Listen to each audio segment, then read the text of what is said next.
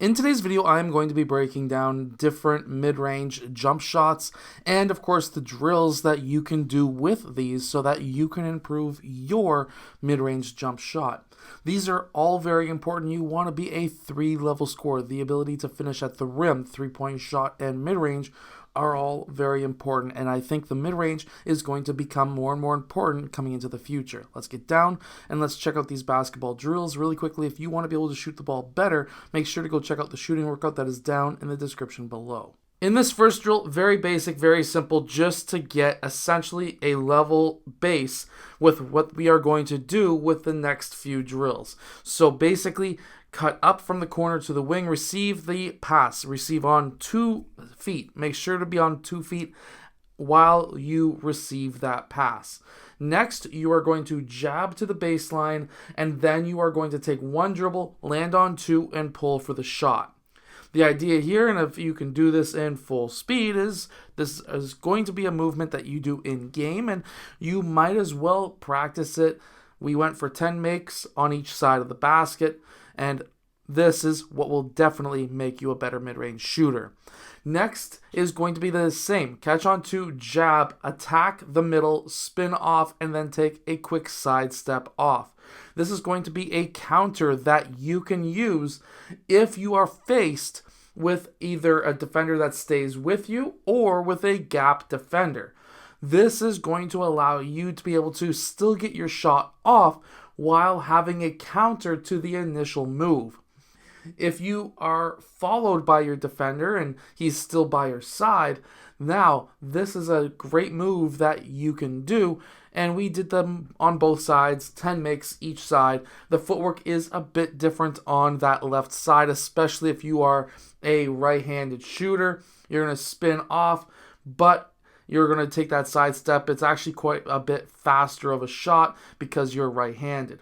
In the third drill that we are breaking down, it is going to be the exact same as what we just did. It's going to be a jab and then spin move at the elbow, land on 2, and then a reverse spin off of it for a 1-foot jump shot or floater, whatever you want to call it. You can use your left hand, you can use your right hand, but we only used our right hand in this drill, mainly because we're not at, David's at that point. He could use his left hand, but I just wanted to be able to get the right hand. We have other things to work on, and we can go back to the left hand later.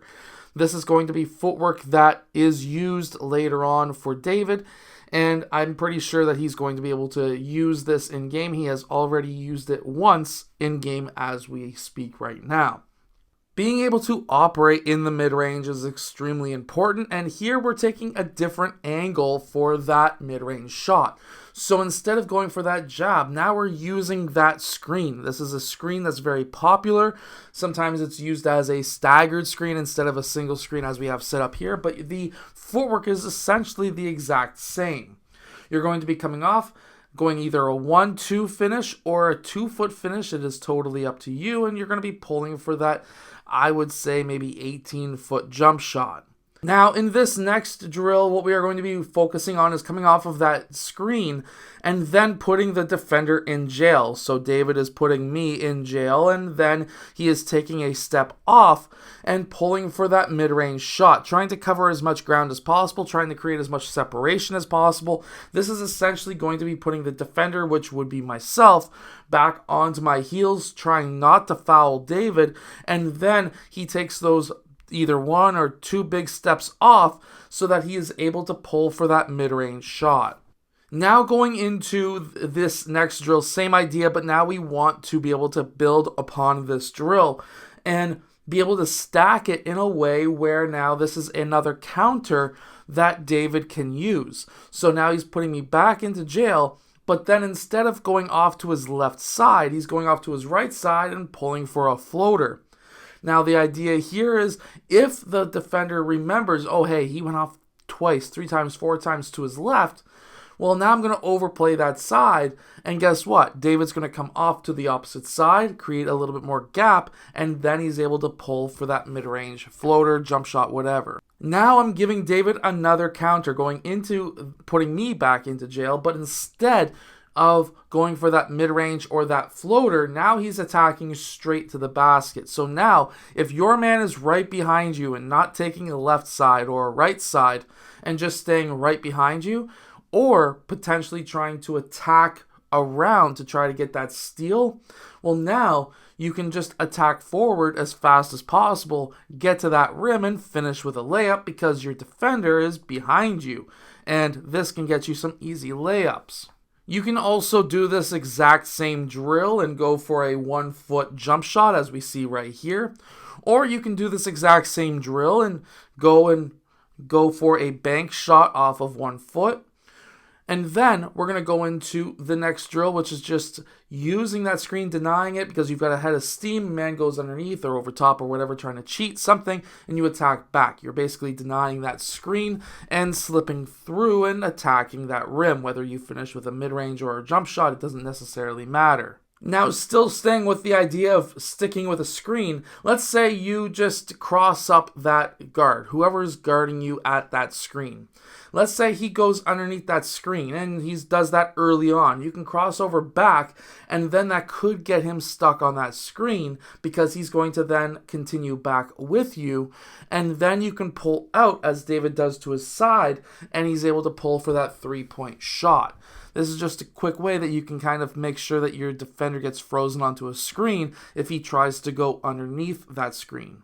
And sticking with the idea of using the screen, here we have David coming off, pulling out just a bit. Let's say the drop coverage, or let's say the other team was using drop coverage, and he attacked that drop coverage.